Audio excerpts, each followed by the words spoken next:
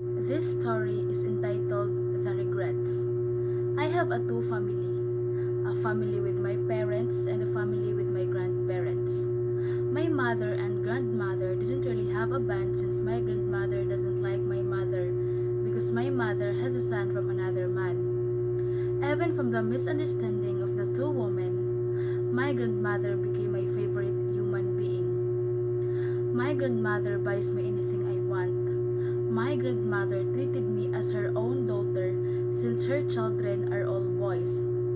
I became a so-called Disney princess because of the love and care that I received throughout my whole childhood. I can get anything I want, whether tangible or intangible things. All of those things change when time goes by.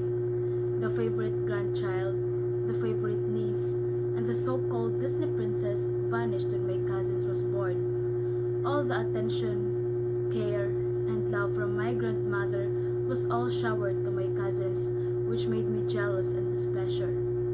The jealousy became big every time I didn't get attention. The jealousy made me evil and heartless. It made me speak inappropriate languages to my grandparents that resulted into conflicts and gaps between us. I changed. My sweet personality changed into a black sheep grandchild. I always speak bad about my cousins. I curse my grandparents every time they disappoint me. The jealousy I felt made me a monster. As time goes by, we found out that my grandmother is ill.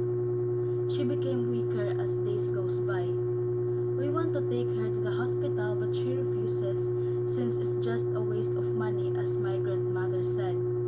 The pain that my grandmother felt worsened. Until one day, my grandmother died. I'm so devastated. The melancholy that I'm feeling is getting me depressed. My father blamed me because I'm too cruel to my grandmother. I also blames myself too. Having to witness the burial of my grandmother pained me. It broke my heart into pieces every time I remember how she cared and loved me throughout my childhood. The memories of her bathing me, changing my clothes, cooking meals, brushing my hair, and how she used to tell me stories before going to sleep haunts me and made me regret how I used to be mad at my grandmother. I blame myself. I regret every words that I said to her because of the jealousy that I'm feeling. I regret every inch of it. If only I could bring back time, I wouldn't be jealous because of my cousins. The time that I should allot to treasure and love her turned into cruelty and madness. I regret everything that I did.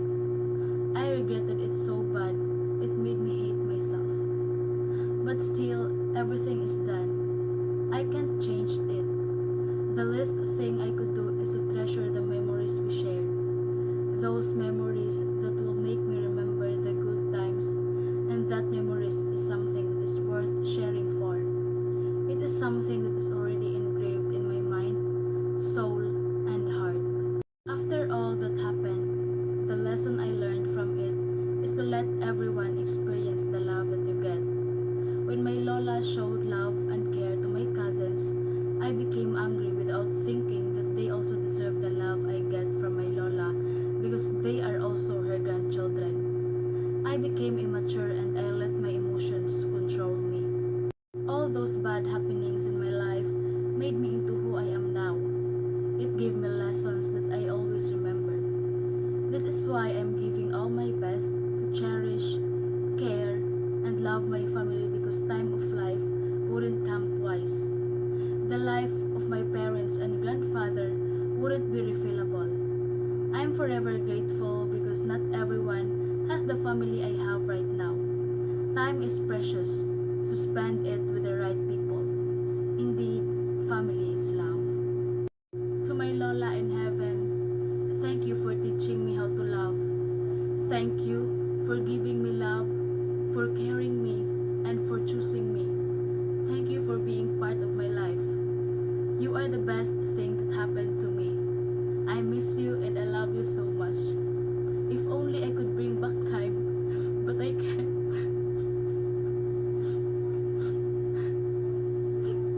I hope